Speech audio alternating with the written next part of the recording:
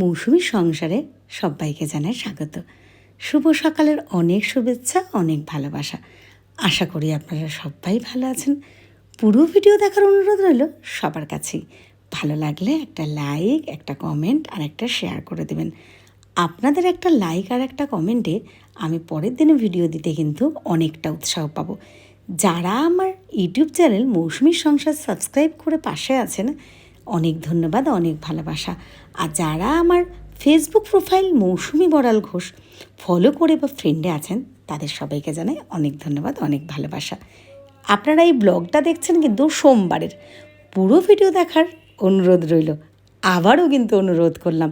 তো সকাল সকাল উঠে তাড়াতাড়ি করে সব কাজগুলো কিন্তু সেরে নিচ্ছি, কারণ ঋষিকে নিয়ে স্কুলে যাব। তো আমাদের কিন্তু বেশ সকালের কাজটা সব রেডি হয়ে গেছে, বাসি কাজ কিন্তু কিছুটা করে ফেলেছি। হ্যাঁ, তবে একটা কথা বলি, আজকে কিন্তু পুরো বাসি কাজ সারতে পারিনি। যেমন দু একটা জামা কাপড় ভেজানো আছে, আর বাসনও কিন্তু দু একটা রয়ে গেছে। যেহেতু ঋষিকে নিয়ে স্কুলে যাব, পেরে উঠলাম না, টাইম করতে পারলাম না। এই যে দেখতেই পাচ্ছেন, ঋষি এখন রেডি হয়ে নিচ্ছে, মোজা পড়ছে। তো আমিও তাড়াতাড়ি রেডি হয়ে নিচ্ছি।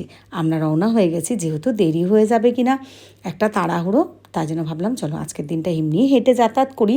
মাঝে মাঝে একদিন আর দিন, যেদিন খুব হয় মানে রোদ্দুর হয় বা শরীরটা খারাপ লাগে, সেই দিনই একটু রিক্সা নিয়ে নিই। তো আমি ঋষিকে কিন্তু স্কুলে দিয়ে নিয়েছি। তো এখন কিন্তু আমি বাড়ি ফিরছি।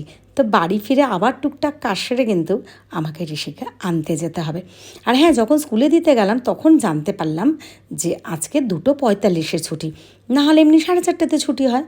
তো আমি 2:45 আনতে গিয়ে জানতে পারলাম যে ওদের, বললাম না নাটক একটা হয়েছে আর একটা আছেন, তো নাটকের যে স্যাররা শেখান ওনারা এসেছেন শেখাবে বলে, আর ঋষির কিন্তু ছুটি হবে না। তো সেই জন্য আমি আবার কি করলাম, আবার বাড়ি ফিরে আসলাম। একটু আমাদের নববারাকপুরে মিষ্টান্ন ভাণ্ডার থেকে একটু রসগোল্লা নিয়ে আসলাম।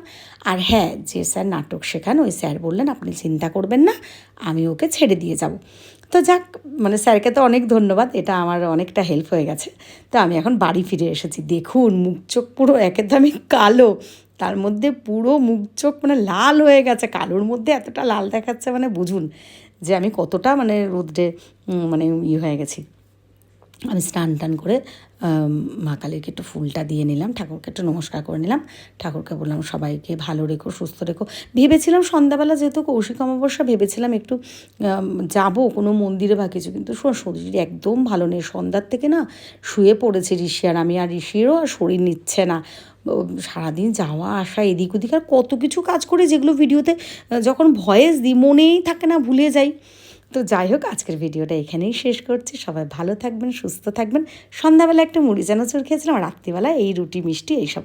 আশা করি সবাই ভালো আছেন, ভালো থাকবেন, সুস্থ থাকবেন, আমাদের পাশে থাকবেন। আবারও বলছি, একটা লাইক আর একটা কমেন্ট করে দেবেন। টাটা।